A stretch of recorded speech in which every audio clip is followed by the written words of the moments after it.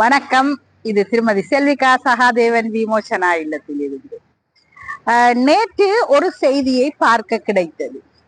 அம்பாறை மாவட்டத்தில் 6 பேர்களுக்கு ஒரே தடவையில் மரண தண்டனை விதிக்கப்பட்டுள்ளது.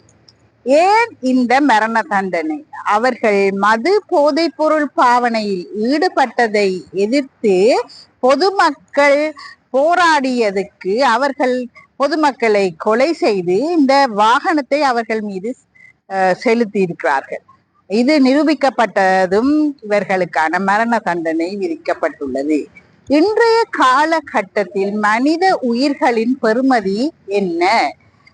கொலை, தற்கொலை, தாய் பிள்ளையை கொலை செய்கிறார், பிள்ளை தாயை தந்தையை கொலை செய்கிறார்கள். அது மாத்திரம் அல்ல, கற்பங்கள் பாடசாலை விடுதியின் அருகில் குறை பிரசவமாக குழந்தை மீட்கப்பட்டிருக்கிறது. அதிகமான தேவையற்ற அதிர்ச்சியை தரக்கூடிய செய்திகளை நாங்கள் இங்கே பார்க்கிறோம். இந்த மனப்பான்மை நமக்கு எவ்வாறு வந்தது? மனித மனம் இதை செய்ய தூண்டுமா? மனித மனம் இதை செய்ய தூண்டும் என்று எங்களுக்கு தெரியவில்லை. நான் நினைக்கிறேன் இவர்கள் மது போதைப் பொருள் பாவனையை பாவித்து விட்டு இப்படியான காரியங்களில் ஈடுபடுகிறார்கள். இது எமக்கு தேவையா? மனித உயிரின் பெறுமதி என்ன?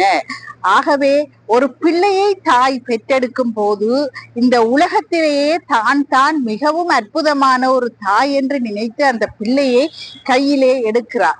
ஆனால் இந்த பிள்ளை வாழ்க்கையிலே வளர்ந்து வரும்போது தவறான காரியங்களில் ஈடுபட்டு தேவையற்ற நண்பர்களுடன் சேர்ந்து இந்த தவறான காரியங்களில் ஈடுபடும் போது எந்த குழந்தையும் நல்ல குழந்தைதான் மண்ணில் பிறக்கையிலே அது நல்லவராவதும் தீயவராவதும் அன்னை வளர்ப்பினிலே என்று தாயை நாங்கள் குறை சொல்கிறோம்.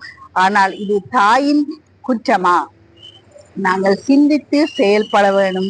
விமோசனா இல்லம் காத்திருக்கிறது மது போதைப் பொருளால் பாதிக்கப்பட்டவர்களுக்கு புனர்வாழ்வு அளிக்க. ஆகவே விமோசனாக்கு கீழ்கண்ட இலக்கத்துடன் தொடர்பு கொண்டு விமோசனா இல்லத்தின் பெறுமதி மிக்க புனர்வாழ்வு இல்லத்தில் சேர்ந்து கொள்ளுங்கள். நன்றி, வணக்கம்.